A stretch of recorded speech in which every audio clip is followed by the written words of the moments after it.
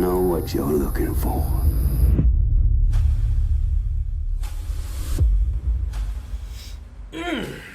But what I still have to ask, tourist, Yo, what is good, everybody? It is who the Godfather of VR, the ageless wonders of man. Link coming back. Now that the dead live forever, that every scrap counts, that everybody's just in it for themselves, do you hide in dark places? Do you kill from afar? Or do you prefer it up close? Personal. It's a big world out there. And there's no one left to tell us what to do. So tell me, tourist.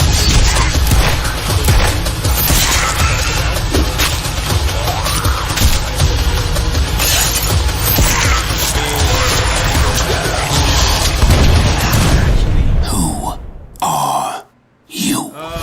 If I didn't do it, someone else would have. There was no preventing her exile. Do it already! Finish the fucker! Please. Not here! Not like this! In him now! Oh, you know what? Just a minute.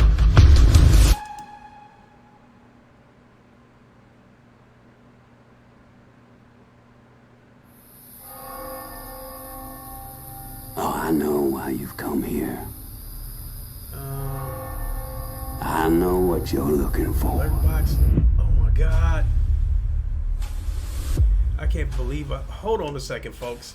But what I still have to ask, tourist, is who are you? Now that the dead live forever, that every scrap counts, that everybody's just in it for themselves, do you hide in dark places?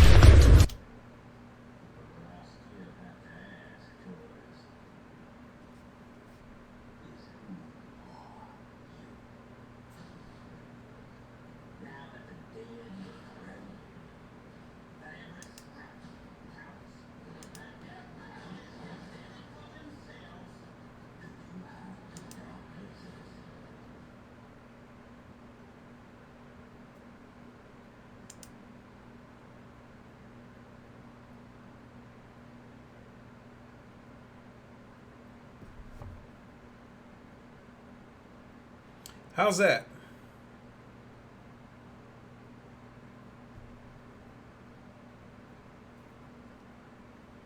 You guys hear me now?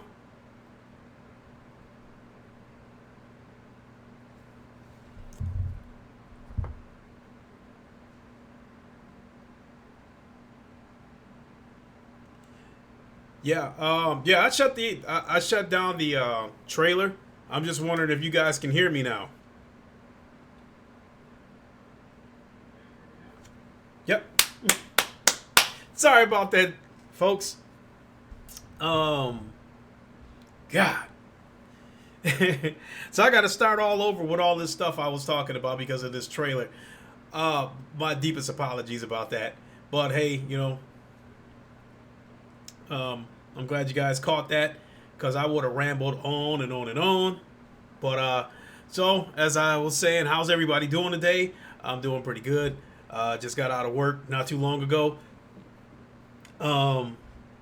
We got a short work week, so because of that, I don't have to work tomorrow. So I plan on staying up as late as I can tonight and do as much gaming as possible. And so, you know, I got three topics that I want to talk about, and the biggest topic is actually the shortest, and that is apparently Half-Life Alyx has a date. March 23rd. Came home, jumped on Twitter, saw a retweet from Eric for President, and it showed something about Half-Life, and then it said Half-Life Alyx, March 23rd. So I clicked on the retweet that he did, and it was a tweet from Valve saying that Half-Life Alyx is coming March 23rd. What am I going to play tonight? Probably The Walking Dead and probably Pavlov. You know, I had in the beginning, you know, not too long ago, I was talking about how I preferred to play Pavlov on the Quest because of how quick and convenient it is. But I gotta say, going back to the PC and playing Pavlov on the PC, you know, I got a reminder of how much better those graphics are. I got a, you know, a reminder of how many more maps it has because being that Pavlov allows mods, there is tons and tons and tons of maps on there. And I think as of right now, my son has downloaded maybe 26 maps, and I had a lot of fun. So, but I think I'm gonna try to play some of both. I think I'm gonna try to play some PC and some Quest.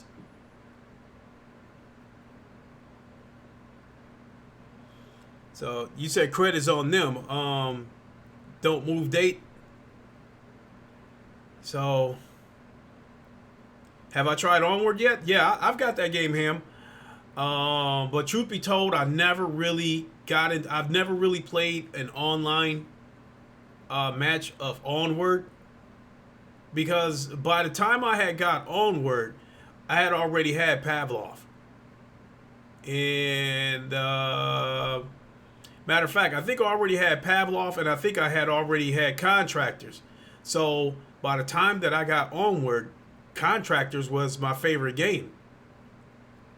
But that was before all the updates and improvements that they made to Pavlov, because Pavlov didn't have the blood and the gore in it, and they didn't, they didn't have all the maps that they have in there now. Contractors is a fun game, but they only have so many maps.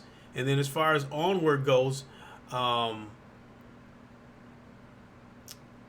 think I had heard somewhere that they were going to allow mods on Onward, which if they did, that would be big for the game, because with Pavlov allowing people to have mods on there, basically to me that is what makes Pavlov arguably the best first-person shooter game on VR.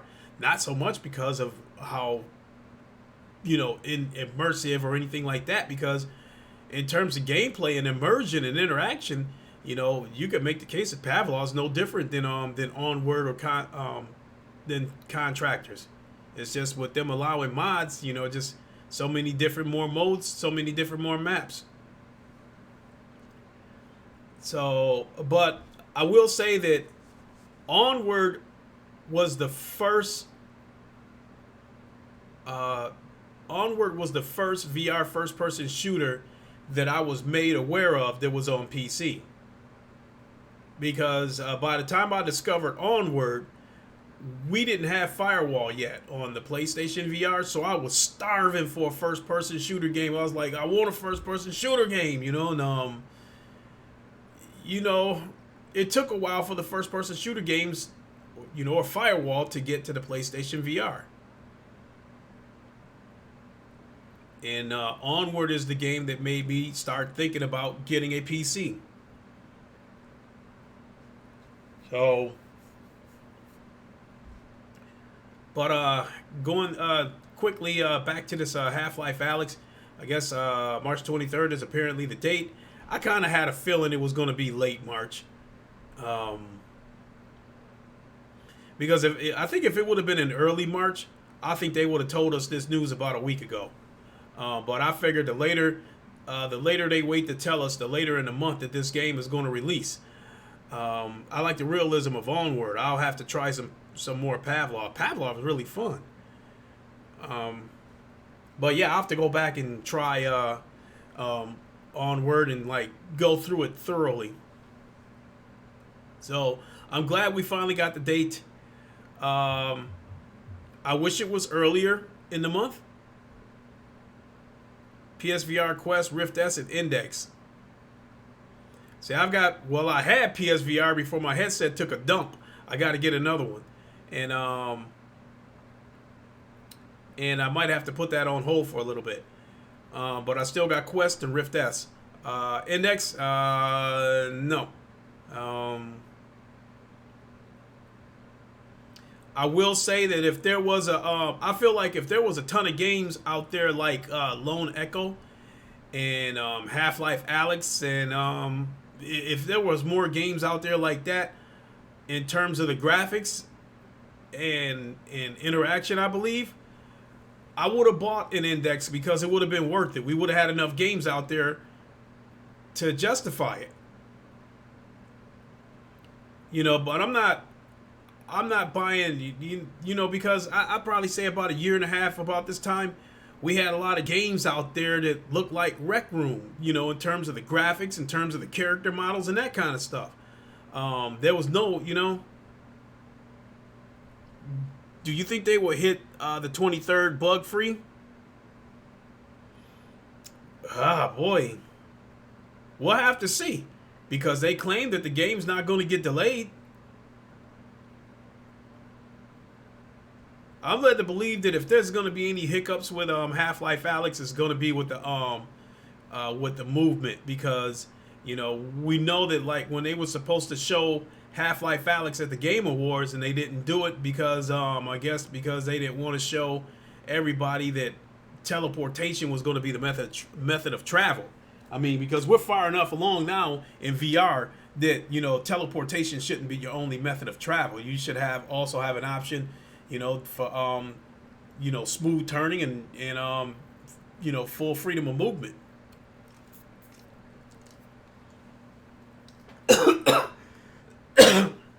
So the only thing I can think of is if they have any kind of bugs with a Half-Life Alyx, it'll probably come from that. You know, maybe it was a situation where they didn't plan to put the excuse me, they didn't plan on putting in full movement and maybe try to work it in at the last second.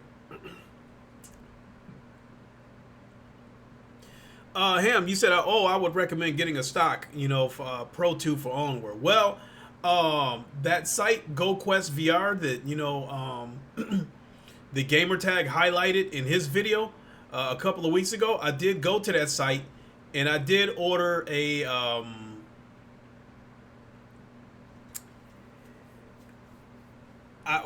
link cable, which was $28, and I ordered a gun stock, which was supposed to, you know, which is $38. Now, it was supposed to take 3 to 5 days to process the order, and it was supposed to go out the next business day. So it should have shipped. It should have shipped out today. Problem is that number one, it's in China. So I don't know if it's being held up by the coronavirus or anything, but I haven't received any kind of updates on my order. So I may have to contact someone just to make sure, you know, that it's still going to go out. So I hope I don't get burned by this company. But I will say this, Ham, that today, it's funny that you mentioned in ProTube, because you know, I got a notification for Twitter and it said ProTube is following you, and I'm like, huh? You know, and I'm like, okay, they must know that I must be, you know, that I must be a VR guy. So they followed me and I followed them back, and I got their page on standby. You know, if I don't hear anything from GoQuest after a couple of weeks, then I might go ahead and order a Pro 2 from them, which is going to be considerably more. The one with a Rumble pack on it, I think it was like E330. I think that's 330 euros.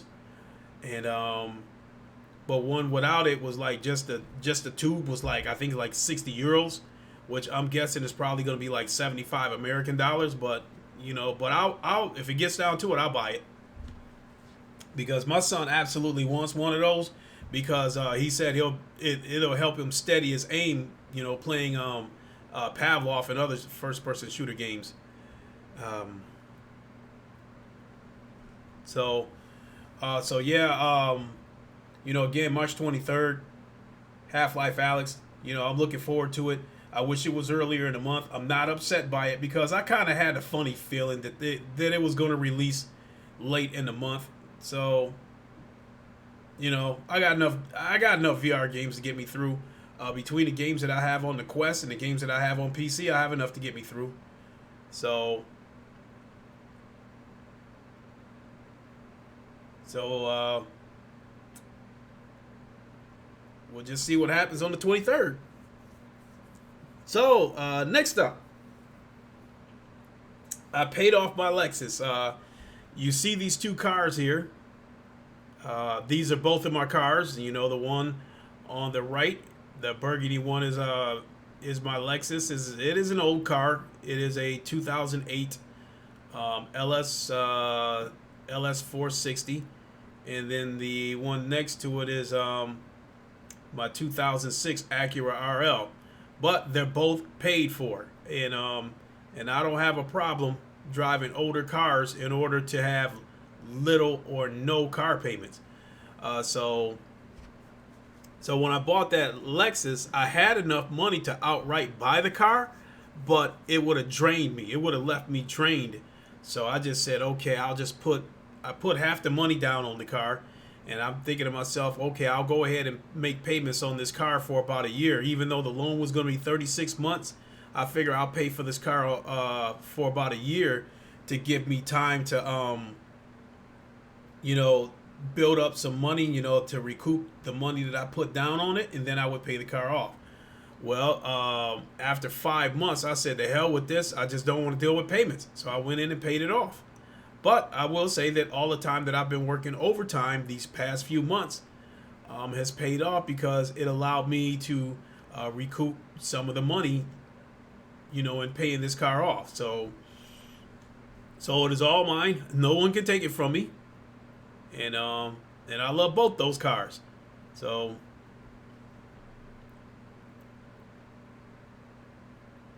I think that's pretty much that. But there is a little bit of a trade-off, because I did drop a lot of money, and it actually there's a couple of things to it, because I had to make a decision, because I was paying on that car, I was paying on the Lexus, and paying 4 credit cards, and I was thinking, when I got my tax returns back, I can go one of two directions. I can pay off the credit cards, or I can pay the car off. But there was a trade-off no matter which direction I went. If I would have elected to pay off the credit cards, it would have freed up X, Y amount of dollars every month. But if I would have elected to pay off the car, it would have freed up X, Y, and Z amount of dollars every month. But because I owe considerably more on the car than I did on the credit cards, it was also going to deplete some of my savings. But I would still be able to recoup the money faster, because now I don't have a car payment anymore. So yeah, there was a little bit of a trade-off. I had to decide, do you want to pay off the car and be able to regain more money monthly, and have to kind of start from the bottom a little bit in terms of my savings, or do you want to go ahead and pay off those credit cards? You'll still have a little bit more money in the bank as far as my savings go, but now I still got the car payment looming over my head. And then, and this is probably not a good way to look at it, but looking at the worst case scenario, if I was to lose my job, or if I was to get hurt and I couldn't work, those credit cards are going to go into collection. Whereas this car, because the car is still worth way more than I owed on it, they would have repoed this car and resold it at an auction. And so now the car is gone, along with all the money that I put into the car, and now it's gone. So I decided that paying the car off was the better route to go, because that car is an investment. So if push comes to shove and things just get absolute rough, and I have to make some moves, I can sell the car. I can sell one of these cars. So looking at the big picture, it was the better move for me to go ahead and pay the car off. So, and I can sleep a little bit better knowing that the car is paid off, knowing that I don't owe shit on it. So, I just don't like car payments because I think this is the third or fourth car that I paid off early. You know, I love Acuras, and this Acura that you see next to the Lexus, I think this is my. Let me count them. Let me see here. 1, 2, 3. 1, 2, 3, 4, 5, 6. I believe this is my sixth Acura. I think about roughly 10 years ago, I flew down to St. Louis to buy an Acura. I took out a loan for the car. Once again, I had enough money to outright buy the car, but I took a loan out on the car anyway. It was a 24-month loan, and I paid the car off after 10 months. Then I think the next car after that was a car just like this Acura right here, because this Acura is a 2006, and I had a 2005 Acura RL identical to this one. I took out a loan on that car. It was for 3 years or 36 months. I paid the car off after 24 months. And then you have this Lexus right here. In the case of this Acura, I outright bought this car because what happened was the 2005 Acura RL that I had, I got into an accident with that one and it was totaled. So they cashed me out, and so I drove to Lansing and bought this Acura. Now in the case of this Lexus, same deal. It was supposed to be a 36-month loan, and I paid this car off. Paid it off after 5 months and said, "To hell with these payments. I don't want to deal with payments." Ham, you said we're a one-car household here. We live in London, so I use a lot of public transport. You know, here's the thing with me. First of all, Ham, my brothers and I, we're all car fanatics. My brother works at a dealership, so he's always I need a calculator to count how many cars is going through his hands, because he gets cars at like 1% over whatever they took the car in on trade, and I think he's got about 4 or 5 cars right now. He's got a BMW, a Corvette, a couple of vans. He's got a Ford Fusion that he's getting ready to sell. He's got a Regal, a Buick Regal that he's getting ready to sell, and but I think this BMW that he has now, I think this is like the 7th BMW that he's owned. My youngest brother's been the same way over the past years. He's owned a few Lexuses. He right now he's driving an Audi, I believe an Audi A6, and my mother's unable to drive, so he's also driving her Cadillac CTS.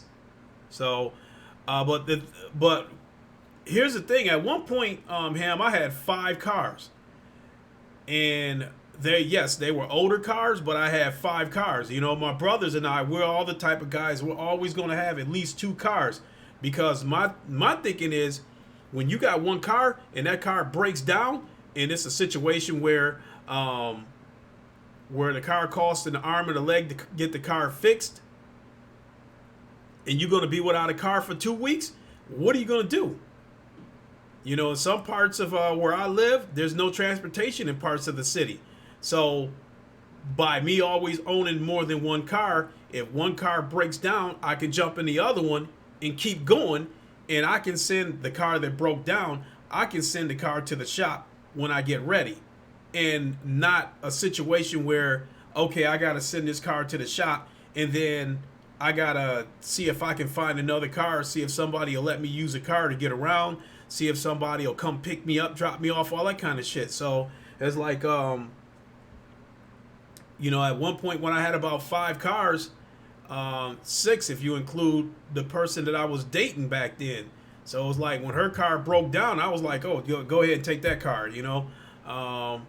One of my cars went into the shop, no big deal. My brother called me and said that his car broke down, he needed to borrow a car. Go ahead and take that 90, go ahead and take that Acura Legend, that kind of shit. So, I'm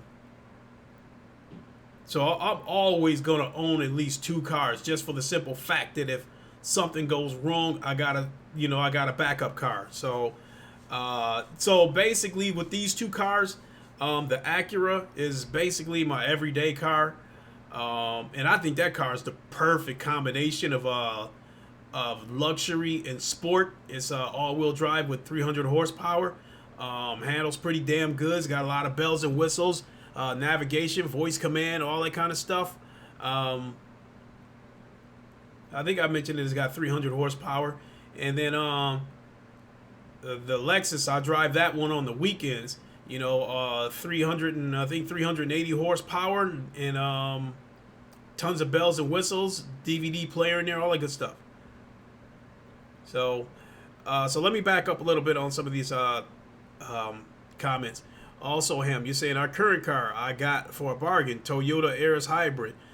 They were switching a model that year, so the sales rep couldn't see him.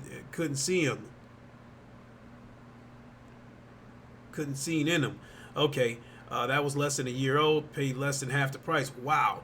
Let me see here. You're asking how's the traffic in London? Bad. Hence, I got a hybrid. I used to live in the north of the UK. Had a BMW back then. 335 was a nice car. Pretty quick. Yeah, and nimble car too. Let me see. What else are you saying, Sam? Ham. These days, I either get the tube to work or work from home. Okay. The car is mainly for food, shopping, or the day out. Yeah, the tube is a rush hour. It's horrible. Yeah, so, I mean, where I live at, over here, public transportation, I know that there's public transportation over here, but I don't know if it exactly goes by where I work. And then I think public transportation over here, I think the buses probably run during the week. When I was young, the buses ran about every 20 minutes during the week, and I think they ran like once an hour on the weekend. So 7 Degrees of Gaming Net. How are you doing, my guy? So yeah, that was the situation there. So the cars are paid off. Big ups. Now, wow, already been on for half an hour already. So now I think I can talk a little bit about The Walking Dead Saints and Sinners. I finally got around to trying that. Now, I did mention in the beginning that about this game.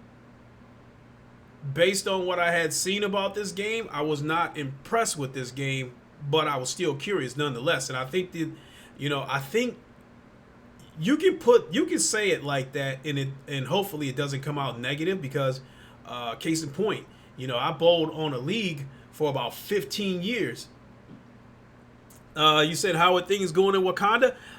We're doing pretty good. We're getting ready to have a meeting at the United Nations. And then talk about possibly sending a team of our scientists over to other countries to experiment with vibranium and other materials. So things are great in Wakanda. So we are a peaceful country, but we are more than able to defend ourselves. We have not invaded anyone, and we have not been invaded. So The Walking Dead.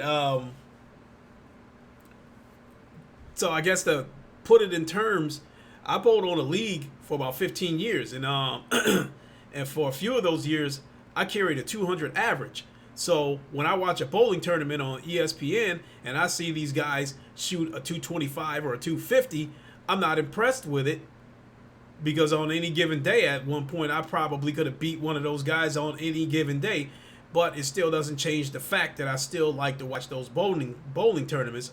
So I think that's the way I'm trying to put it with The Walking Dead. I haven't seen anything in this game from the trailers. I haven't seen anything in this game that I haven't seen in any other game before, but I was still curious nonetheless. everybody talked about the physics of this game, and that's more or less why I was curious about this game, because you guys heard me say before about Boneworks. Boneworks doesn't seem to have much of a campaign. The story doesn't seem to make a whole lot of sense from what people are saying. But I was still curious about Boneworks nonetheless, because people talked about the physics. They talked about how items had weight. So I was curious about Boneworks. And when I played Boneworks, you know, I still wasn't impressed with Boneworks. But I was still curious about the game because I just wanted to see just how interactive the game is. You know, the physics and how interactive the game was. And in the case of Boneworks, I was playing the game to find out what you can't do in a game rather than what you can do. And I was taking the same approach with Saints and Sinners. You know, they were talking about about the physics of this game, and that was my thought. You know, I want to play the game to see what you can't do rather than what you can do.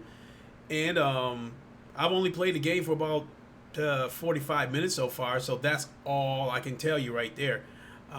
Basically, the only thing I can really tell you as far as my thoughts on the games, I can give you my thoughts on the graphics, and I can give you my thoughts on the physics of the game, because that's about all I was able to get out of the game for the 45 minutes that I played. You know, the story was just getting started. So as far as the graphics goes, the graphics are pretty damn good. You know, like the environment, buildings and cars and stuff like that. The graphics are pretty damn good. I would say the character models are the worst part of the graphics of this game. I mean, like, because the character models in this game have that Batman, The Walking Dead, Telltale kind of art style. So, like, a little bit cartoony, but still looks good, no less.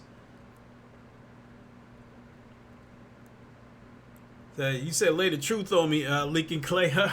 I am. I'm like, I can only give you the truth based on the 45 minutes that I played. I think the graphics was pretty damn good. Now, you know, I started the game at the beginning, so it was all dark and gloomy and shit, overcast, like it was about, you know, and there was kind of a thunderstorm at the beginning of the game too. But nonetheless, you know, the colors weren't really vibrant and that kind of thing. But it's the beginning of the game, so I can't really pass judgment on it based on that. But nonetheless, the graphics were still pretty good. The picture was sharp. I just can't say enough about the sharpness of the Oculus Rift S. You know, that game, how sharp The Walking Dead looks, again, makes me reiterate what I think a bargain the Rift S is, or how clear the Rift S is, and how much bang for the buck you're getting with that headset. Ham, you said the storyline element is there. 7 Degrees of Gaming, I know you like the side of things. Yeah, Cold Yogurt, 7 Degrees has played it. I've even, if I'm not mistaken, I believe I might have watched one of his streams on it. I believe. I'm not 100% certain. I know for a fact that Salsa has played it. Salsa Ketchup and Gamertag has played it. And Gamertag looked like he took the time to enjoy this game. You said this is a perfect little game for VR. Ham, you said, have you decided to play as a saint or a sinner? I didn't know you had a choice.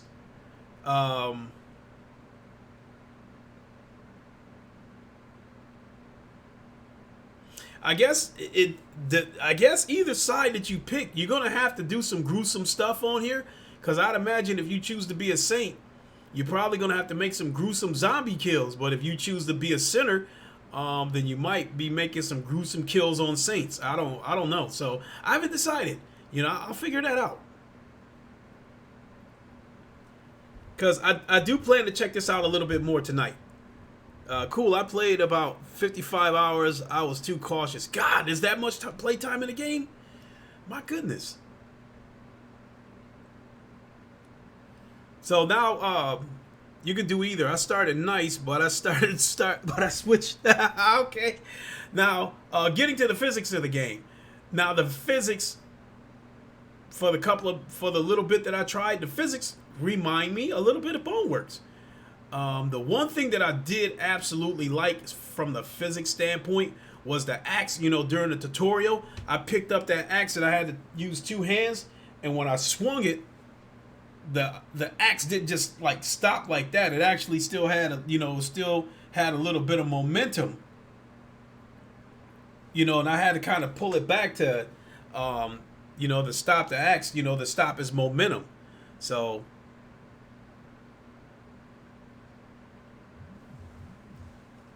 So from what so basically all I can tell you right now is that the graphics are pretty good on this game, and the physics look like it's pretty good at this game. Am I impressed? No. Well, you know, is it? I mean, I didn't see anything groundbreaking of this game, but I haven't seen anything of this game that makes me say this is going to be a bad game. I think it's going to be a good game, and excuse me. I actually plan to put a significant amount of time in the Saints and Sinners. I don't think I'm going to finish it. I'm being realistic, because as soon as Half-Life Alyx drops, everything else stops. I'm not playing shit else. I don't even know if I'll revisit Asgard's Wrath when Half-Life Alyx comes out. But tonight, I'm going to try to jump around to several things. You know, I'm going to play Pavlov. I'm going to play Saints and Sinners. I'm going to play some you know, Racket Fury table tennis. So yeah, I got a ton of games, and I got a 3-day weekend coming up. So I'm going to try to, you know, get a lot of VR gaming in this weekend. So you said games about 15 to 20 hours, but you can stretch it out. I will say this though, in how I got hold of the game. I paid $20 for the game. I bought it off of G2A.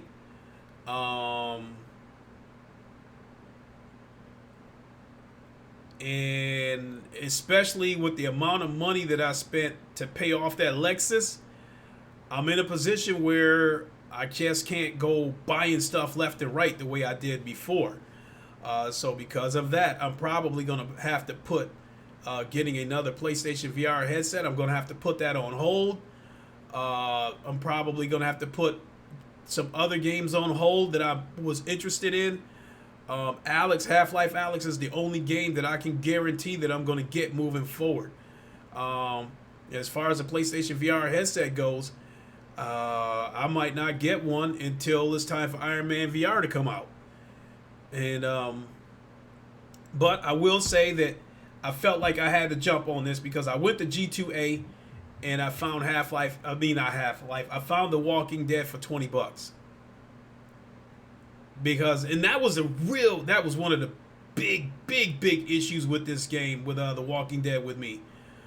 I was curious about this game, but I did not want to spend $40 on it. So to put it bluntly, you know, I was curious about this game, but not $40 curious. Especially for a game where I'm being realistic with myself that I might not finish it. But $20 curious? Yeah, that's worth it. So I bought it on G2A. It was a Steam global copy.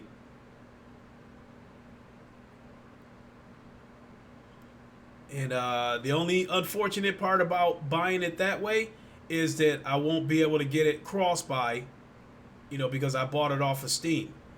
7 Degrees Gaming. Half-Life Alyx. You said nothing else will exist in the universe. You got that right, Nat.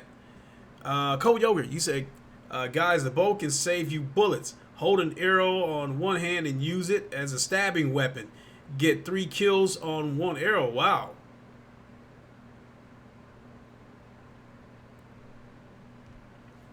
Yeah, I'll have to keep that in mind when I come back and play it tonight.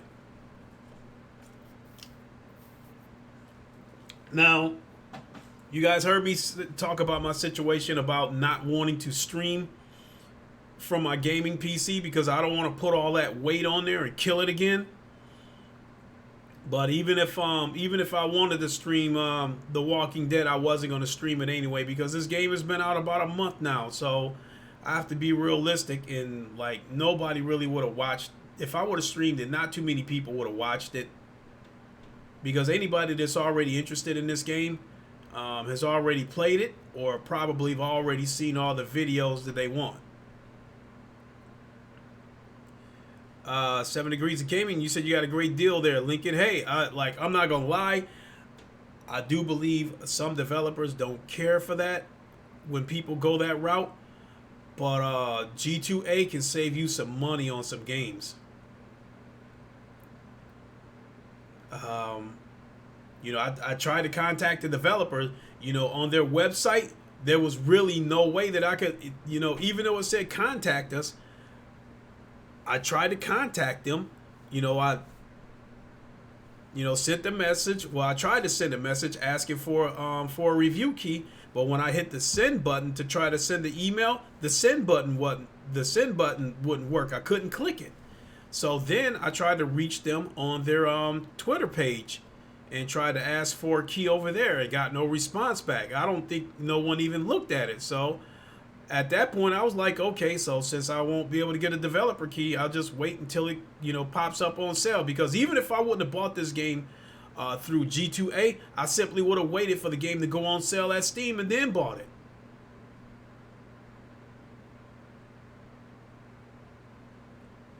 So you said, Lincoln, people come here for you, not the game, dude. Much love. I definitely appreciate that, Nat. And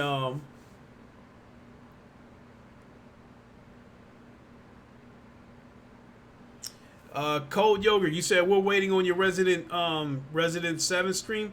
You know what? I'm not really scared of that game anymore because even though I haven't played it in a while, I'm not really scared of that game anymore. Because I actually played, you know, the Five Nights at Freddy's. You know, one day I took my son home and I jumped on his PC and played it for a moment, and I wasn't scared of it. But then again, I seen them coming, so I just sat there with my arms folded, like, okay. So I wasn't scared of it. With that being said, you know, once I get another PSVR headset, I will stream Resident Evil. The only thing is, I think I don't know if my progress is still saved or not from where I was at last, but I'll do it. I'll do a Resident Evil 7 stream. But like I said, because I dropped all that money to pay that car off, it could be a little bit before I get a uncompetitive. What's up? Got another UK guy in the house. How you doing?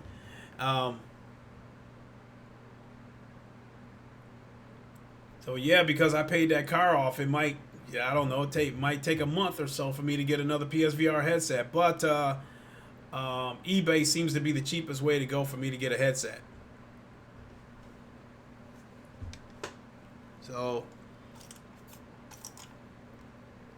I've been on here going on about an hour. I think I'm going to take off here in a little bit. Go. What's up, V-Tids? How you doing? Nice of you to join us.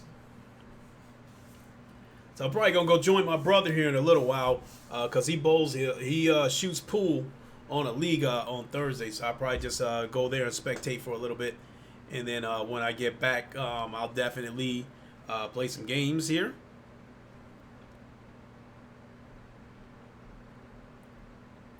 And although I shouldn't stream anything, I won't totally rule it out. You said, did you see that Humble Bundle VR deal? Where is that at, him? Oh, you in the UK? You in the UK too, V-Tits? Thanks a lot. Appreciate you popping in. 7 Degrees, no rush. Bet you got a lovely backlog of PC VR games. You got that right, Nat. I do got a ton of a backlog of VR games.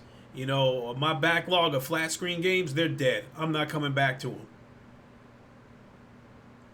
In fact, not only am I not coming back to my backlog of flat screen games, I'm not even 100% certain that I'm going to get The Last of Us 2 now. Because, again, you know, after spending all that money to pay this car off, I got to recoup some of this money. because in addition to having 2 cars, I also like to have emergency money set off to the side in case something crazy happens. You know, I end up going to the hospital or something happens to my son. He has to go to the hospital. You know, I get hurt, can't work, lose my job, whatever. I need some emergency money that's going to, you know, get me through and allow me to fall back on.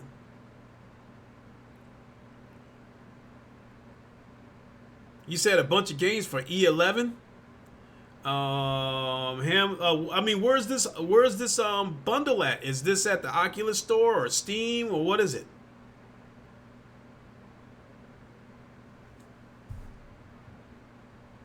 Said, is that on Oculus? Humble Bundle.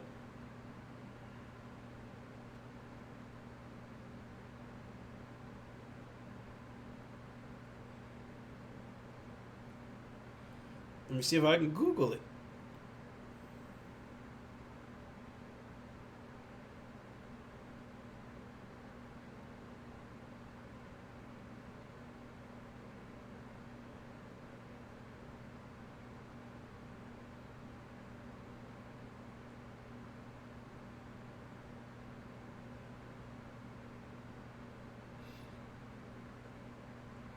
Oh, you mean the Humble Bundle site? Let me have a close look at this.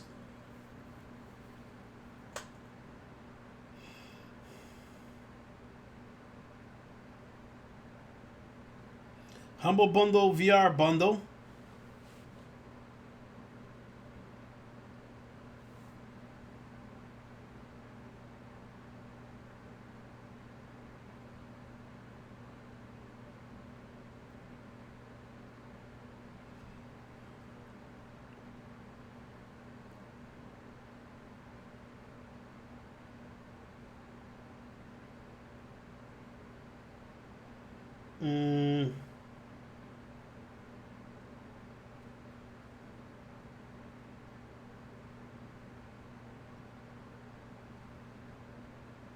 $25.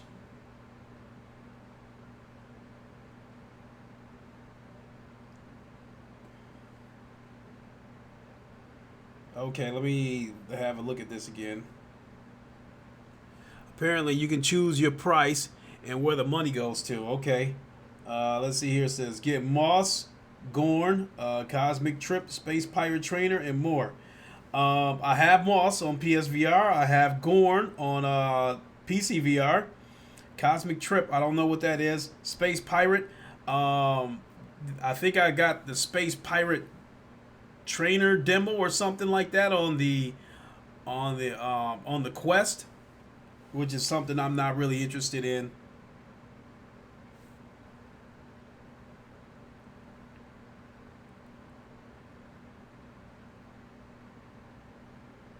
And Super Hot, which I have Super Hot. No, I mean, it's not a bad deal, but I have the majority of these games. Because I have Super Hot as well. I mean, in fact, let me see. I have Super Hot on the Quest, and I have Super Hot on PSVR. So, no, not a bad deal. It's just I have most of these games. So, in that case, it would be, not to put it so rudely, but it'd be a waste of money for me to buy that bundle because I had the majority of those games already.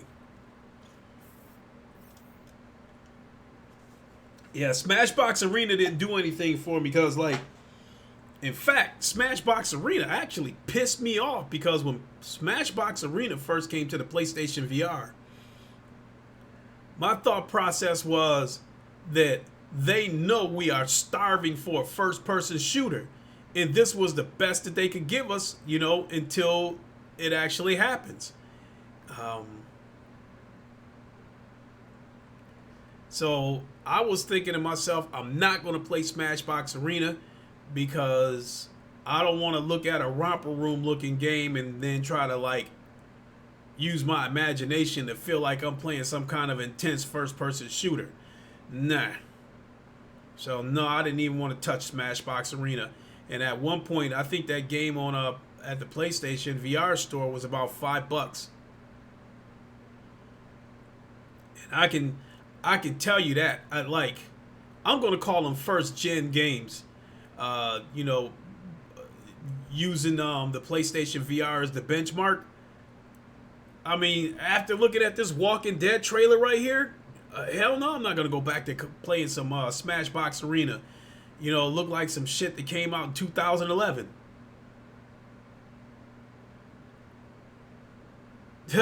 Nat, you said it sounded like me. I mean,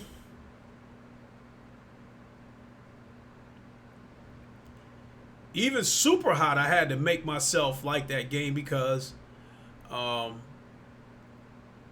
like the concept of Super Hot, that it had that Matrix type feel to it, but I didn't like the thought of the enemies looking like cubic zirconias. You know, I wanted real people coming at me like that, and I wanted to blow their heads off, and you know, and brains go flying everywhere. But I think the reason I ended up buying Super Hot was because my son wanted it. Because he was playing Super Hot for a moment on PlayStation VR, and then when I got the Quest,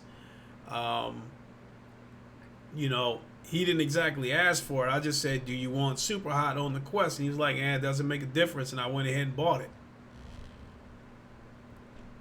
So,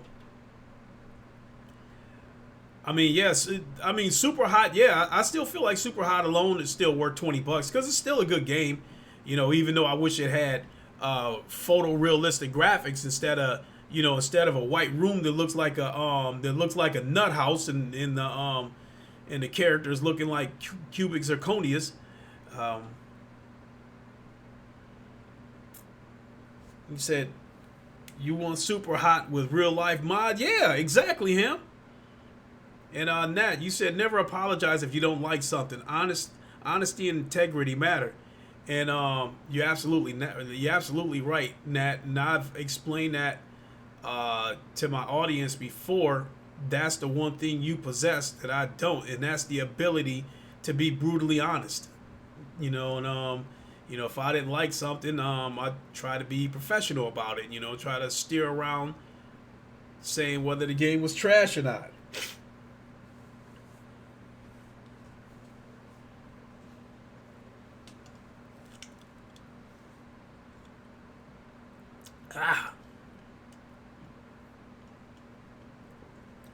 So,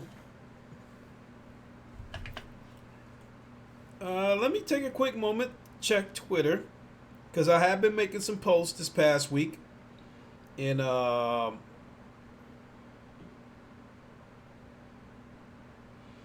see here, gamer tags live. Oh, and that I just got, and I see I got a notification from your video.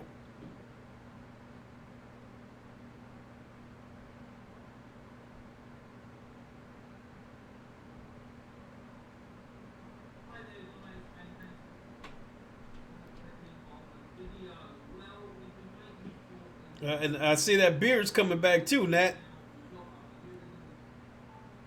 Yeah. That's what Valve told us, and they've now given us an official date, and it is still coming in March. March 23rd is the exact date that it's actually coming, so I say, yes, sir. I can't wait for that. I say the only negative that I've got with that date is literally 3 days prior to that, Doom Eternal launches, and I'm already psyched for Doom Eternal. Yeah. Cold Yogurt, you said Phil Spencer's VR cancer. You know,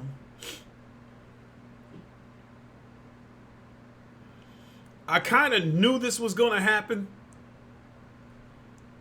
when he kind of walked back what he said a little bit about the VR thing.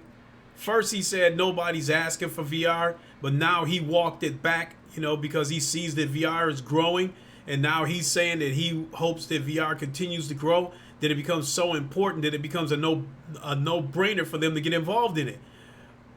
My thought process was, I knew Microsoft, I kind of like felt like they weren't going to do it, but I felt like we did need Microsoft to get involved in order for VR to hit mainstream the way I wanted it to. Yeah, Nat, you said, yeah, I needed a break from YouTube and Twitch. I hardly played any games, though. Absolutely. So this thing with Phil Spencer, when he said nobody's asking for it, to me, that was a slap in the face to the VR community, because people were asking for VR. In fact, some flat screeners are jealous of some of the games that we're going to get. Some of the flat screeners, they were jealous of Iron Man VR. A lot of flat screen gamers are upset about Half-Life Alyx, only being available on VR. So we do have a couple of games that they want, and if they want to play it, they're going to have to get a headset. People are asking for VR, so he can cut that shit out. I mean, to me, he could have cooked up another excuse instead of saying that nobody's asking for it, because when he sat up on that E3 stage in summer of 2017 talking about bringing high fidelity VR to the Xbox One X, people were cheering up and down, because for the toxic people, that meant that the console war was going to spill over to the VR headset, because now you're going to have a VR headset war between Xbox and PlayStation people. He said VR is too complex for his audience. First of all, to me, Microsoft are opportunists. They don't take any chances. They wait to see. You got to go ham? Okay, hey, appreciate you popping in. In the case of Microsoft, they don't take any chances. I think just about everything that Microsoft has done in gaming, somebody else has done it first. Even with the voice chat, through online gaming, Sega had a form of voice chat on the Sega Dreamcast, which that console was way ahead of its time. So as far as I'm concerned, Sega did it first. With the avatars, when they, with Nintendo, the Mii's as they were called, when Microsoft saw how successful that was, then they came out with avatars. When Microsoft saw how successful PlayStation Plus was, where you get 2 free games a month, then they countered that with games with gold.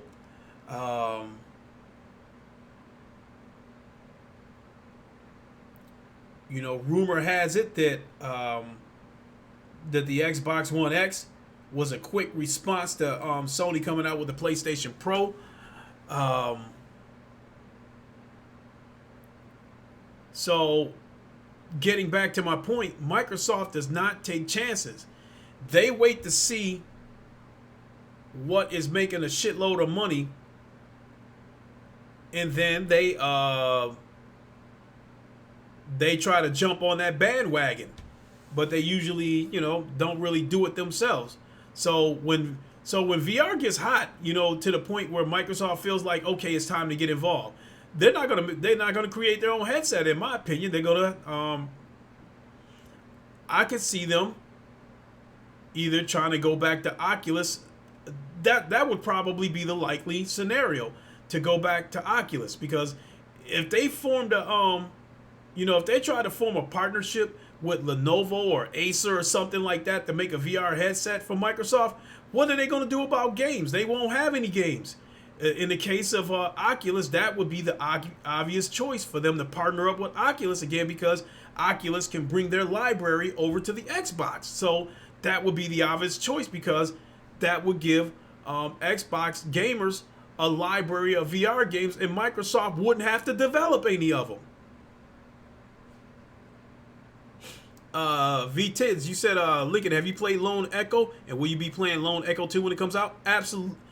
I didn't know that Lone Echo 2 was supposed to come out in March. I've never heard. I know that originally it was supposed to come out in 2019. Then I'm hearing that it was supposed to come out in 2020, but I didn't hear any specific months or anything like that it was supposed to come out. But if Lone Echo 2 comes out in March, then that's another game along with Half-Life Alyx that I will be purchasing, because to this very day, I still feel that Lone Echo is the best looking VR game that I've ever seen.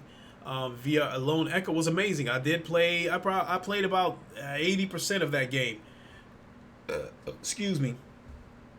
I reached the point where I got stuck, and I tried to watch a YouTube video to get past the point where I was stuck, and ended up watching the rest of the video. And then once I watched the rest of the video, I saw that I probably only had about 15 or 20 minutes of gameplay left. Once I would have got past that part where I was stuck. So I really didn't see any point in finishing the game, being that I knew how it was going to end, and there was only about 15 minutes of gameplay. But at the time that I played, Lone Echo was the best looking game that I ever seen, and I think it was one of the most interactive games that I saw. An amazing game. You said VTIS, yeah, it's been delayed a lot. It's confirmed for March 2020. Holy smokes. So I guess that's shit. So we know Lone Echo 2 at the very least is going to be $40.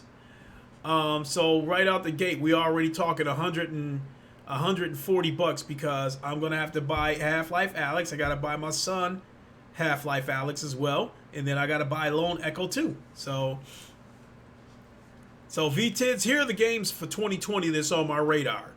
Iron Man VR is on my radar. Half-Life Alyx is on my radar. Lone Echo 2 is on my radar. And Medal of Honor VR is on my radar. That's like the top 4 games that's on my radar. There's a lot of other games that's on my radar, but those are the top 4. I'm very, very curious to see what kind of game Lo-Fi is going to be once that's done. I'm also looking forward to some of these PC games that's going to be coming to Quest.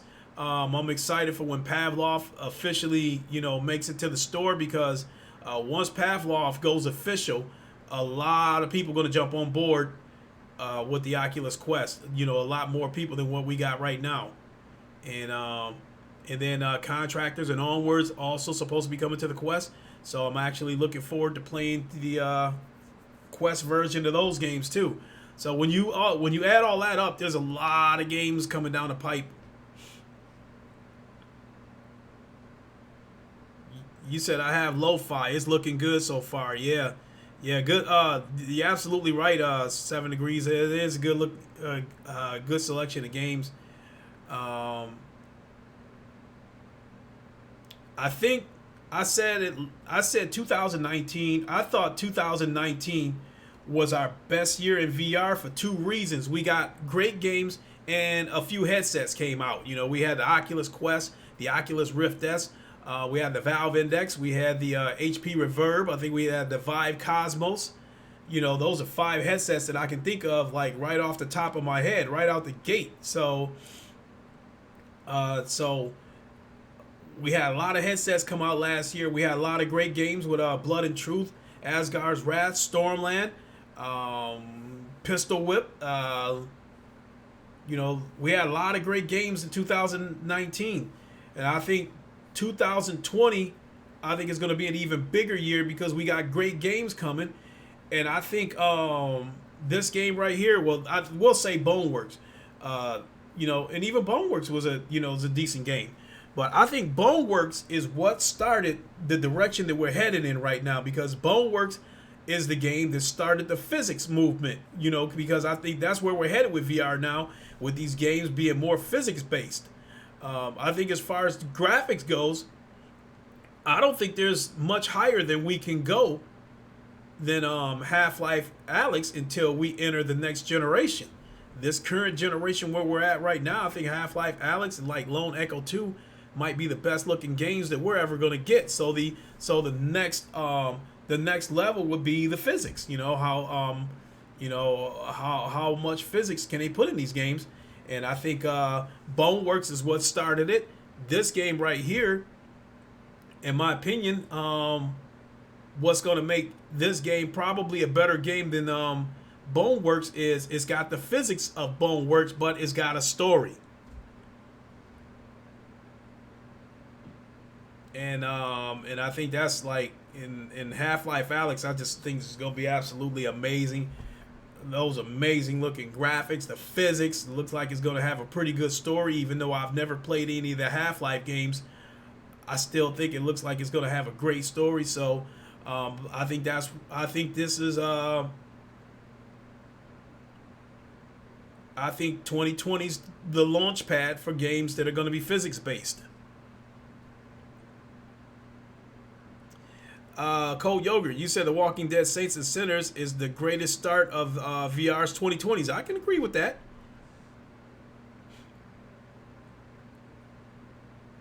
You know, and I can't quit looking at this trailer, you know, because the physics, you know, the wrapping the bandage around your arm, cracking that zombie in the head with that bottle, and then when you stab one of the zombies in the head, you can't just snatch the knife out. You got to really yank it out. So V-Tids, you said I don't do Kickstarter, but I heard of Lo-Fi on GT Stream, and you can buy it direct from them. Kickstarter is already finished anyway. And Nat, you said, Lincoln, when do you think Valve will drop the gameplay trailer for Half-Life Alyx? I really don't know. You would probably know better than I would, Nat. Being that they, you know, because they're releasing this game so late in the month, hell, we might not see any kind of gameplay shit, you know, for a couple of weeks. And how will they go about showing us the gameplay? Will they just, you know, give us a YouTube video to see gameplay, or will they do it at some kind of event? So,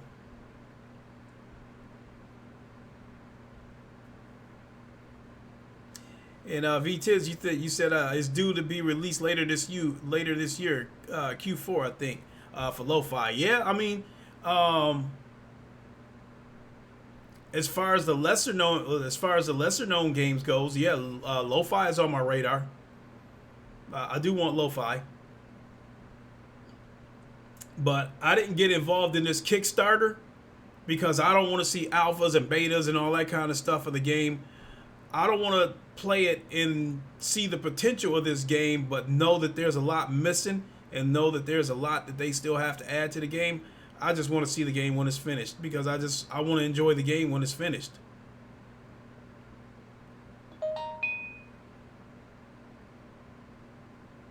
Said, dude, I decapped a zombie's head and the detail was high. Some are twitching that something metal. Let me see. It's after 6. Yeah, but I probably won't be able to. I probably won't be able to play Saints and Sinners until later on this evening because, like I said, I got to get ready to go here pretty soon to go catch up with my brother.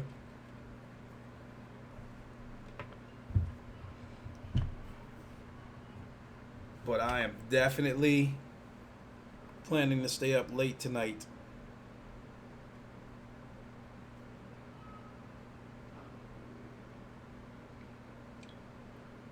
Let's see here. Let me have a quick look and see what Gamertag is playing real quick. Oof. Stuck.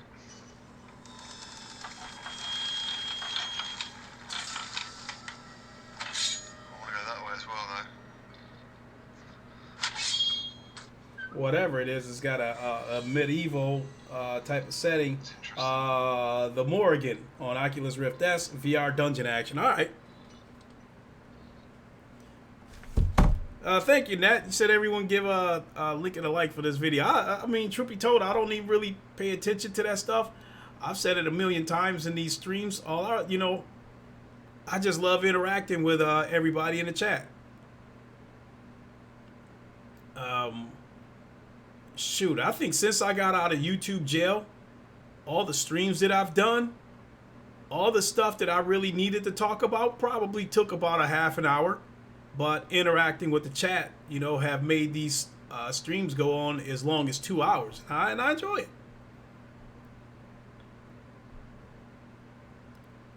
There's moments where I don't have anything to talk about. And I'm just sitting there watching the chat, waiting for you guys to give me something to talk about.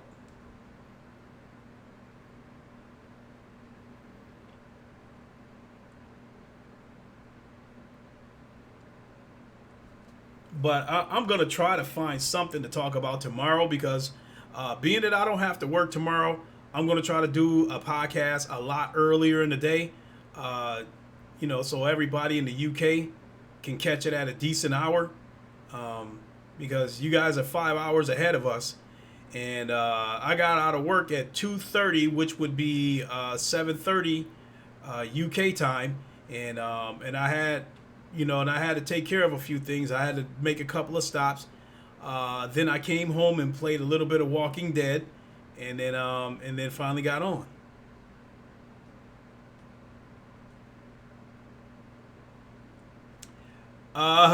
VTiz Lincoln, I'll be honest, I find it hard not to question on your parking skills. How? Look at both cars. They're both inside the yellow lines. If you look, both cars are inside the yellow lines. How?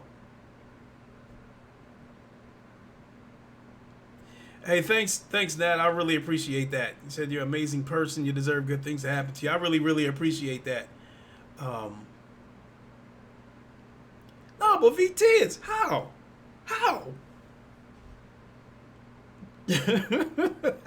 I backed them both. I backed both cars in there, and I got them inside the yellow lines.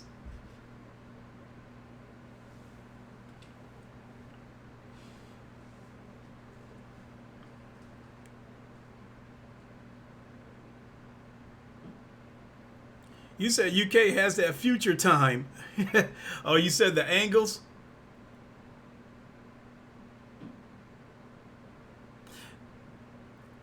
You know what? Like,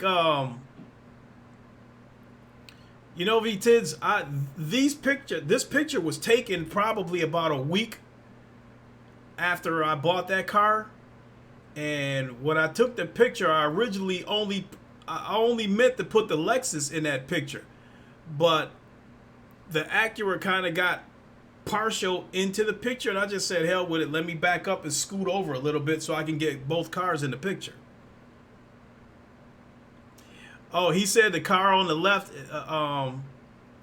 isn't straight. It's a little bit crooked. And here's the other thing about the car on the left. The back dashboard in that car is kind of high. So when you go to turn around and look like this, when you're trying to back up, it's hard to, you can't see the ground because of how high that back dashboard is. Now the Lexus, on the other hand, has a rear camera. So between me looking over my shoulder and looking at the navigation screen, because the navigation screen turns into the camera when I throw it in reverse. VTiz, you said, yeah, VTiz, both of those cars are mine. So yeah, you're right, both of those cars are mine. What I'm trying to do is explain why the Acura got parked a little bit crooked, because if I remember correctly, when I was backing it in there, because of the back dash being so high, I couldn't see the yellow lines on the parking lot. You said, oh, they both are. I'll get my coat. Hey, both of them are great cars. The big thing with the Acura is that it's a mid-size car, whereas the Lexus is a full-size car. Christopher Hart, what is good? You said I want to play my Steam VR games. Now, Christopher Hart, I know you got that Samsung Odyssey headset, but do you have a gaming PC yet? You said, hey, Nat, you said now you're looking for excuses, dude. Terrible.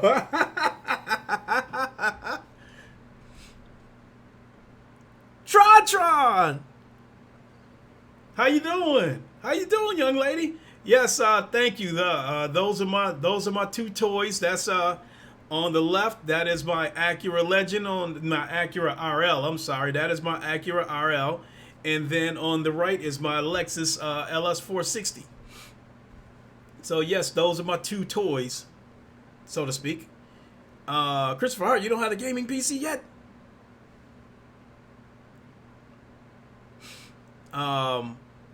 VTiz, you said Lexus is a great choice. I drive a Toyota Celica. Looks faster than it is, though. Celicas is some sporty cars. I will tell you. Now I had got some 0 to 60 numbers. The Acura does 0 to 60, I think, in like 6.4 seconds, and the Lexus does 0 to 60 in like 5.3 seconds, something like that. So, and you could tell too, because you know, the Acura handles better. Because going through curves and stuff like that, the Acura is definitely more sporty. But that Lexus definitely has more acceleration over the Acura.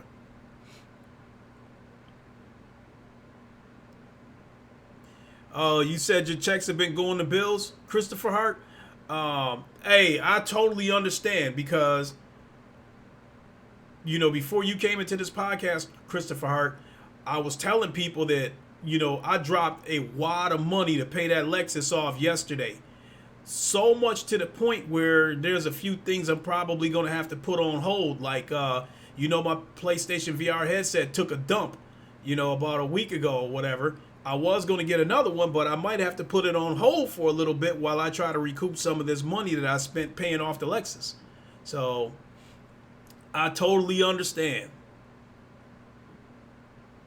Hey, but Cold Yogurt is right, though. He says once you see PC graphics, you can't unsee it. He is definitely right about that. And coming back to Tron, you said you're doing fine. That is excellent. That is awesome, young lady. Coon, what's good, Coon? Well, I will tell you this, Christopher Hart, when you do get a gaming PC, even if you get something that might be considered a mid-range computer, you still going to get, being brutally honest, you're going to get some games that's going to have some better graphics than, it's going to be cleaner, and the graphics is going to be better than PlayStation VR, just being brutally honest. Sorry.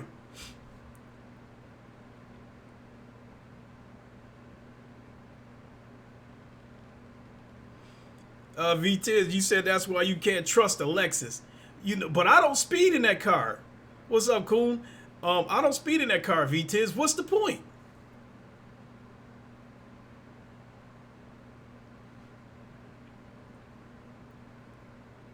In fact, I don't speed in either of those cars. Both of them are fast, but I don't speed in either of those cars. I drive like an old man. Because I am old. Cold Yogurt, you said, yes, Lincoln, I tried PSVR and the screen door finally hit me. Wow.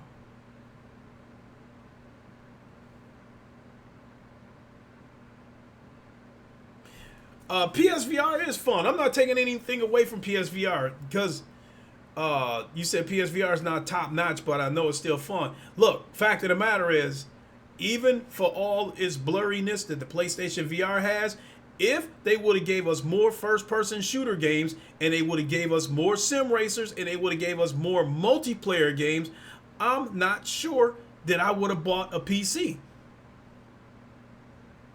But after Firewall's like, okay, we need some more first-person shooter games. And in this situation with racing sims has been a debacle with the PlayStation VR. You know,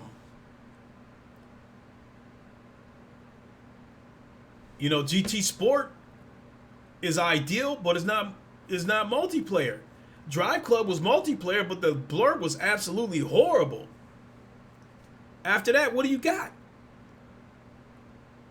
Other than these arcade racers. Not that those are bad, but I'm a sim racing person. And then multiplayer games. How many multiplayer games you got on PlayStation VR? If it wasn't for those three factors, I'm not exactly sure. Now look, when PlayStation 5 comes out, we're going to get all that shit. I think we're going to get more first-person shooter games. We're going to get more multiplayer games. And I think we're going to get more sim racers because I believe that the PlayStation 5 is going to have enough power to be within the ballpark of a PC. So I think a lot of developers are going to be able to bring those games over to PS5 that they are not able to bring over to the PS4. And so with that being said, if when PlayStation VR first came out, if the PS4 would have had the power of the PS5 to begin with, and we would have had all those games that I said, you know, that we needed, I don't know if I would have bought a PC. Maybe eventually, but I wouldn't have bought it, you know, when I did.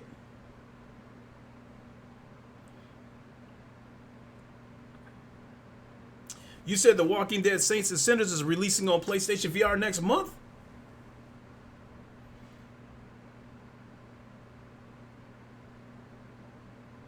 Well, I'll tell you this much. You know what? Actually, I'm being a little bit harsh on the PlayStation VR. Let me tell you this. Take a game like Star Trek Bridge Crew, for instance. The graphics on the PlayStation VR version of Star Trek Bridge Crew, the graphics were the same as PC. It's just that seeing the game through the Oculus Rift, that was clear. The PlayStation version still had a slight blur around the outside edges of the field of view. The reflective surfaces and all that kind of stuff was still there on the PlayStation version as well. It's just that the picture was so much sharper on PC. With that being said, I think The Walking Dead, I think the graphics are going to be the same as what you're seeing on PC. It's just with these PC headsets, it's just, they're clear now. It's like, you know, I think with these PC VR headsets now, 1440 is the minimum. It's like now with these PC VR headsets, if you make any, like if they even think about making something with a resolution less than 1440, don't even bother. Don't even waste your time making it. I mean, at the with these headsets, at the way these headsets are advancing, it's only going to be a matter of time before these 1440 resolution headsets, where people start looking at those like they're 720p, like get that 1440 garbage out of my face, you know. It's only a matter of time before that, you know, happens. Nat, you said I'm with you, Lincoln. PC VR wasn't on my mind, but lack of new controllers have really hurt PSVR for sure. The Move controllers didn't really bother me that much. There was a couple of games where I was like, yeah, they really do need thumbsticks. I think Space Junkies was a game where those Move controllers needed thumbsticks. Well, just, you know, truth be told, just about any game where the Move controllers was involved would have been better served, you know, if the controllers would have had thumbsticks. So in that sense, yeah, I get where you're coming from, Nat.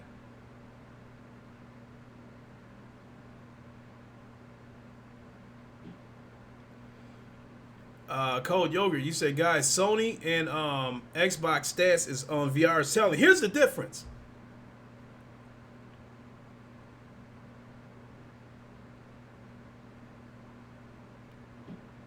Sony is not waiting. Sony has made VR what it is.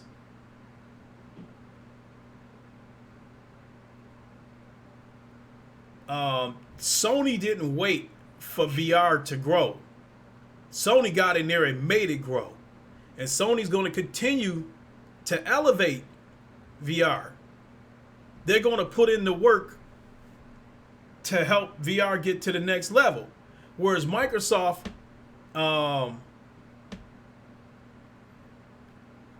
guess to put it in a sense, Microsoft is not going to get in this VR race. They are going to wait at the finish line so they can put their hands on the trophy and act like they were a part of it. They're going to wait until VR blow up and then jump on it. Microsoft is not looking to contribute to VR. Microsoft is not looking to put in the work to help VR grow. They're going to wait for VR to get to the point where it's on the verge of breaking through the mainstream, and then they're going to finally jump in it. But they're not. That's all part of the Microsoft mentality, where they don't take any chances. They wait for something to blow up. They wait for something to grow and blow up, and then they jump on it. You know, if Nintendo hadn't made, you know, the Mii's a big thing, I don't think Microsoft would have added avatars. if PlayStation hadn't made the PlayStation Plus a successful feature, Xbox wouldn't have gave us games with gold. They wait until something is successful and then they jump in the pool. Microsoft does not grab a hose or grab a bucket to help fill the pool up. They'll wait until the pool is full, and then they want to go jump in there and swim around in it. So I think that's the best way to describe it. Microsoft isn't going to contribute to VR. They're going to wait for VR to they're not going to help. They're not going to help VR get to where it's at. They're going to let all us do the work. They're going to let Sony and let Oculus and let Valve and let us as content creators and us as VR-centric people, they're going to let all of us do the work, and then they're going to jump in it when it goes mainstream. Golfer, you said link chat. I have to go. We'll check with you later. Another great stream. I appreciate it. Definitely.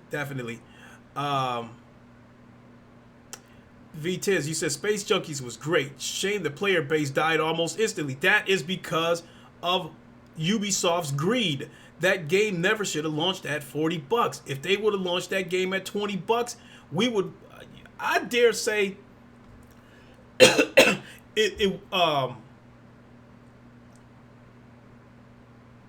when did Space Junkies come out? 2018, was it?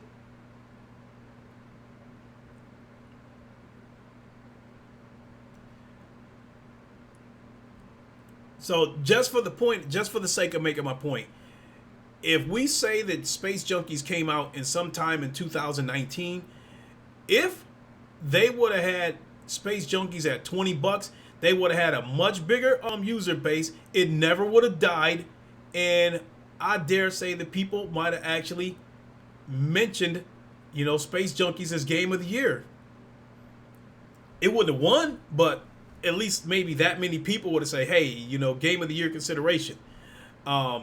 Space Junkies is a great game. I didn't think I would like it, but I ended up loving Space Junkies. But Ubisoft was greedy. They priced that game at $40, and they intended to try to make a games as a service game out of it. They were trying to do that season pass bullshit with Space Junkies, but they found out the hard way that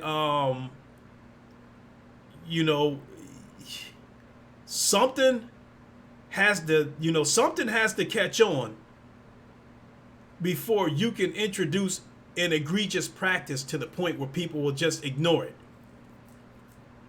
You had to make the game a hit first before you pulled that egregious shit with a $40 launch price and then trying to set up, make this a service-based game. So,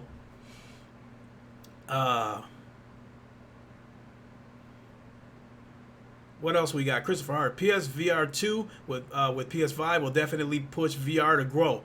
I can't wait to see Astrobot. See, it's gonna like PS5 is gonna be huge for the growth of VR, because, like I said, you're gonna have a situation where developers won't have to I know there's some games out there right now on PC that's not coming to the PlayStation 4 because of the hardware limitations. I think that when PS5 comes out, you're going to have a console that's going to be within the ballpark of a PC. So developers won't have to compromise. They won't have to say, okay, a PSVR port is out of the question. They're going to be able to do it. And that's going to, take a game like Pavlov. How successful would that game be on PlayStation VR? The game is a huge hit on PC. I know that game would do well on PlayStation VR. But I wouldn't be surprised when PS5 comes out. I wouldn't be surprised if we do see Pavlov over on PlayStation VR after PS5 comes out. So, let's see here. Yeah, you just said it right there. Hold on, let me see. Let me back up to Nat. Let's see. He says, if Microsoft spent some of that crazy money they could really innovate with VR. But Lincoln is right. They just won't do it. And,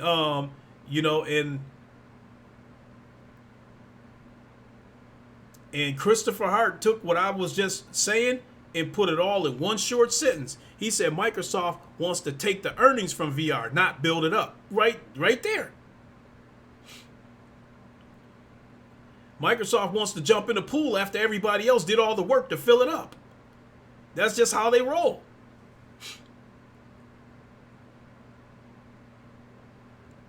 But because of the growth, because of what I consider the success of the PlayStation VR, I was hoping that Microsoft would see the potential in VR and would have followed through with that Oculus deal. But I really think they didn't.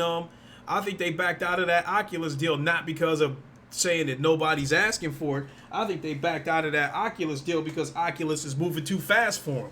Because over the past 3 years, Oculus has put out 3 headsets. You know, Oculus has had 3 headsets over the past 3 years with the CV1, the Rift S, and the Quest. The CV1 is discontinued. The future of the Rift S is up in the air. Nobody knows what's going to happen with the Rift S. As Oculus seems to be putting a lot of focus in the Quest. So, with that being said, if Microsoft would have followed through with that deal, and I've said this a million times, and I'll try to shorten it again. If Microsoft would have followed through with that Oculus deal, people would have bought the CV1, and then they would have discontinued it.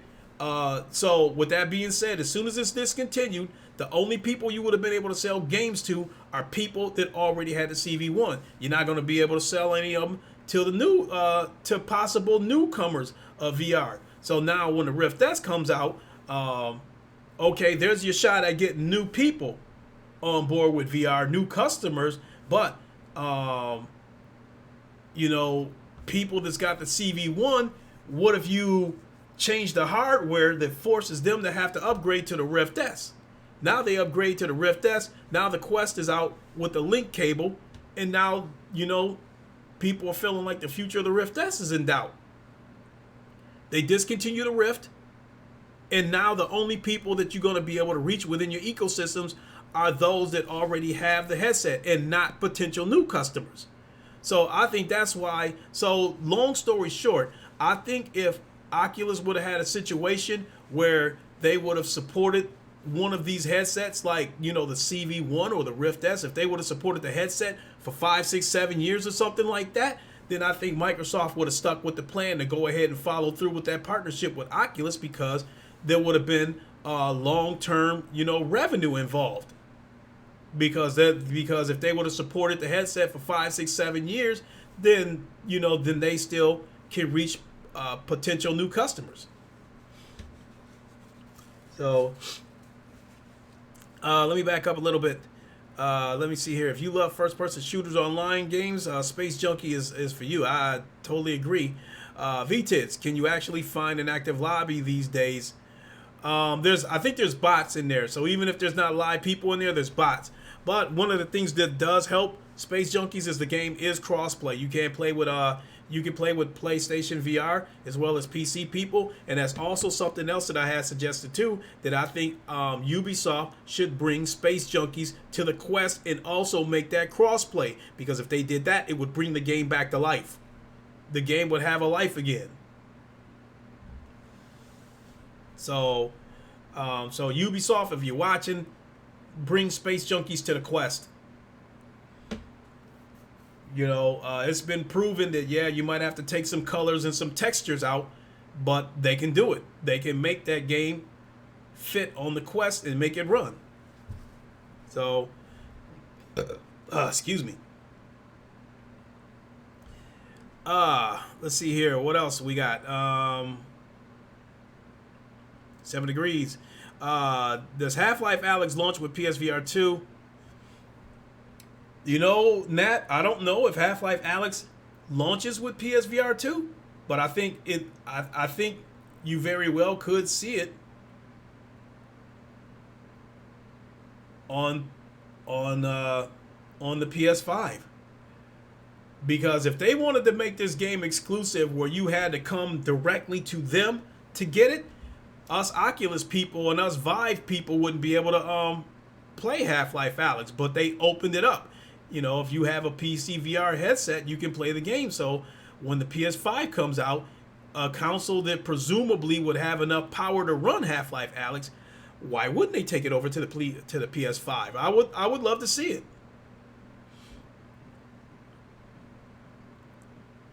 Let's see here. Let me see here. VTids. I'm on my third CV1, dreading the time this one fails. I either downgrade to a Quest or spend everything I own on an Index. I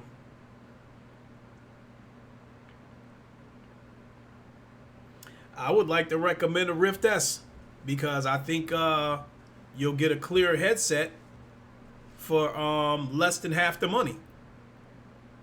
The Index is $1,000. The Rift S is $400. And you're getting a crystal clear headset with the Rift. You know, 1440 doesn't sound like much to people, but you will see a world of difference between the Rift S and the CV1. I promise you that.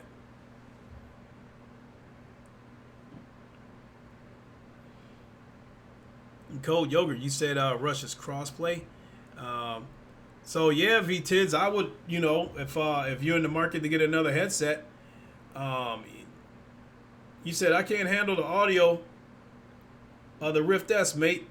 I refuse to accept that as an excuse, VTid, because you know what? You see these earbuds right here that I got? $10, and they sound absolutely incredible. I wear these earbuds. I wear these earbuds when I play games on my Quest, and I wear them on the Rift S. I've got other headsets, you know. I've got Turtle Beach headsets, but they, you know, they're big and clunky. Trying to pull it over that Halo strap. These earbuds are much more convenient, and they have the sound of premium headphones. So $10, you know. To me, the audio of the Rift S, not a big deal to me. Because, again, you know, these earbuds, I only paid $10 for them, and they sound incredible. You said the audio is one of the best features of the CV1. Actually, that was one of the issues that I had with the CV1, is the ability, like, I wanted to be able to remove those headphones and use earbuds or, you know, use some other headphones.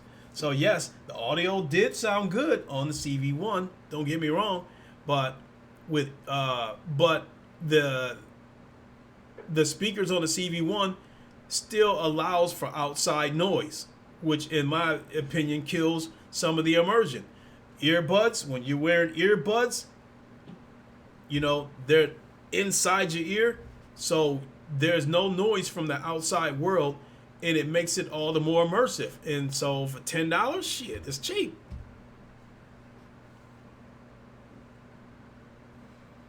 You said my platinums don't work on the Index. You said, but it does have its all. You know, like, I get where you're coming from, but what I'm saying is, I think, like, to go this route, to use some $10 earbuds to get the clarity of the Rift S, to me, is a small price to pay. It's a very small trade-off.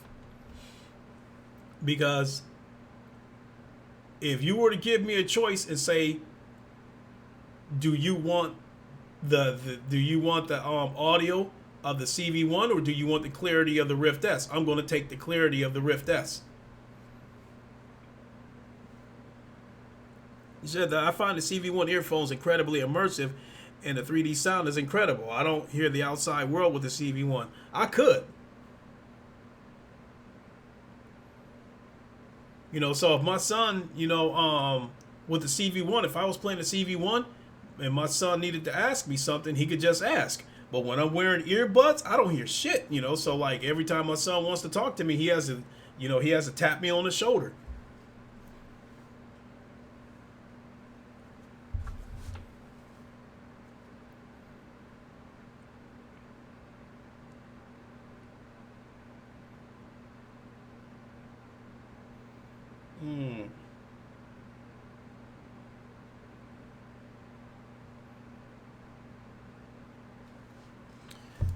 So Polish Paul dropped a video. Looks like the PSVR mode for Dreams has a release date. So I'll have to check that video out and see what he's talking about.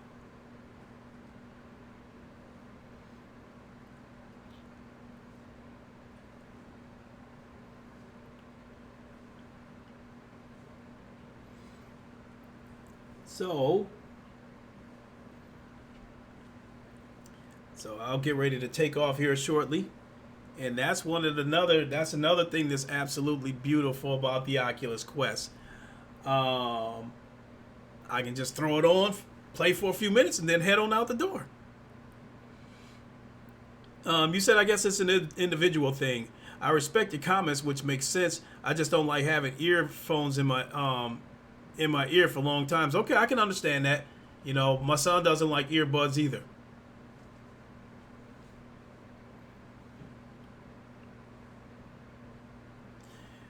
Nat, you said I got a bill, dude. Take care. Peace to Wakanda. Wakanda forever. I'll see you, Nat. Thanks for dropping by. I appreciate it. You hung around for quite a while too. You know, I'm going on being here 2 hours now, so I know you know, it's definitely winding down. So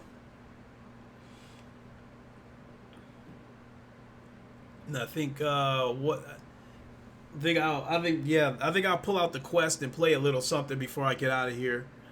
I don't want to fire up Saints and Sinners or something like that and get too involved. So I might actually I think I might pull a Quest out and actually play a little bit of Pavlov on the Quest. Said bye guys, give Lincoln a like. I appreciate it. And I'll finish catching up on your video, Nat. Thanks again for dropping by. Yeah, Valve Index looks more like a Rift CV1 headphone type thing. Yeah. Now here the audio is incredible on the Valve Index, but I don't want to spend $1,000 to find out. That hurts.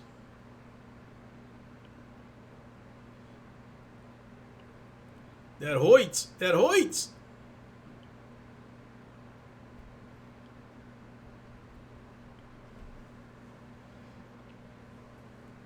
So, yeah, that's all I got. I think I'm gonna go ahead and wrap it up. We're nearing 2 hours, and we got a lot done. We talked about a lot of stuff. Definitely appreciate everybody coming by, and to you, Christopher Hart, you gotta hurry up and get that gaming PC, my guy. You gotta make that happen. Speaking of which, you know, I need to get in touch with Fatal Charade because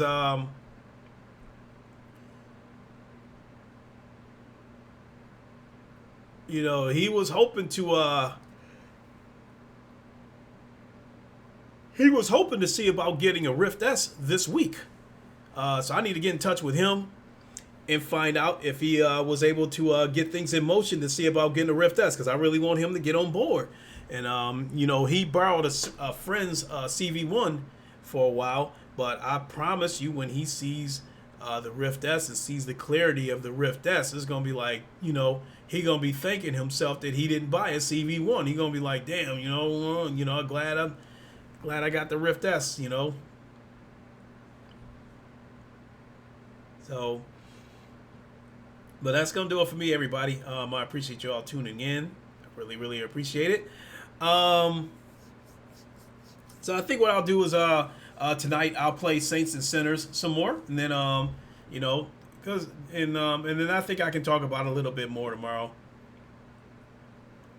But the bottom line is, I really want to do some kind of podcast tomorrow at a decent hour, so everybody in the UK can catch it, you know, in the afternoon, and not at 11 o'clock midnight, that kind of stuff. So I'll definitely I think I'll try to do a podcast tomorrow around noon Eastern time. That way everybody can catch it.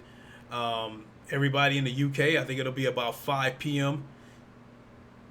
UK time, and then over on the West Coast, it'll here in America, it'll be 9 o'clock in the morning. So I'll try to do it then, so everybody can try to catch it that way. VTids, thanks Lincoln, good stream, mate. Catch you soon. Missed you on the VR link the other day since you left. Take care. Like, you know, the situation with the VR link, like I said, I'm calling that a break. You know, I just, you know, wanted to take, you know, I originally said I was going to leave, but, you know, right now, you know, I'm calling it a break, you know, another week or so or something like that, you know, and I've said it before, another week or so, another week or two, And then I'll get in touch with Gamertag and see where we're at about me coming back to the show. So I definitely miss those guys, no question about that. So, and I also miss being the sexiest man to ever grace a VR headset. So, but all right, y'all, I'm gonna get on out of here. I appreciate everybody watching. I'm going to go ahead and give you guys the deuce sign right now because you guys are about 10 seconds behind me. And so if lately what I've been finding out is when I go deuces and then I hit the end stream button, you guys don't see that part and it ends up cutting off. V-Tiz, you said, I understand. Will be great to have you back. You know, I definitely appreciate that. And like I said, I miss those guys. I've been watching the show on Sundays. I've been watching the show.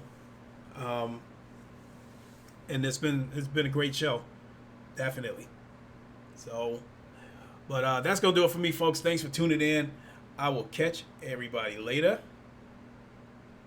We'll talk to you tomorrow. We'll find something to talk about. If there's nothing to talk about, then hell, we'll just chop it up here in the chat and just find some stuff to talk about. So, all right, y'all. Doses.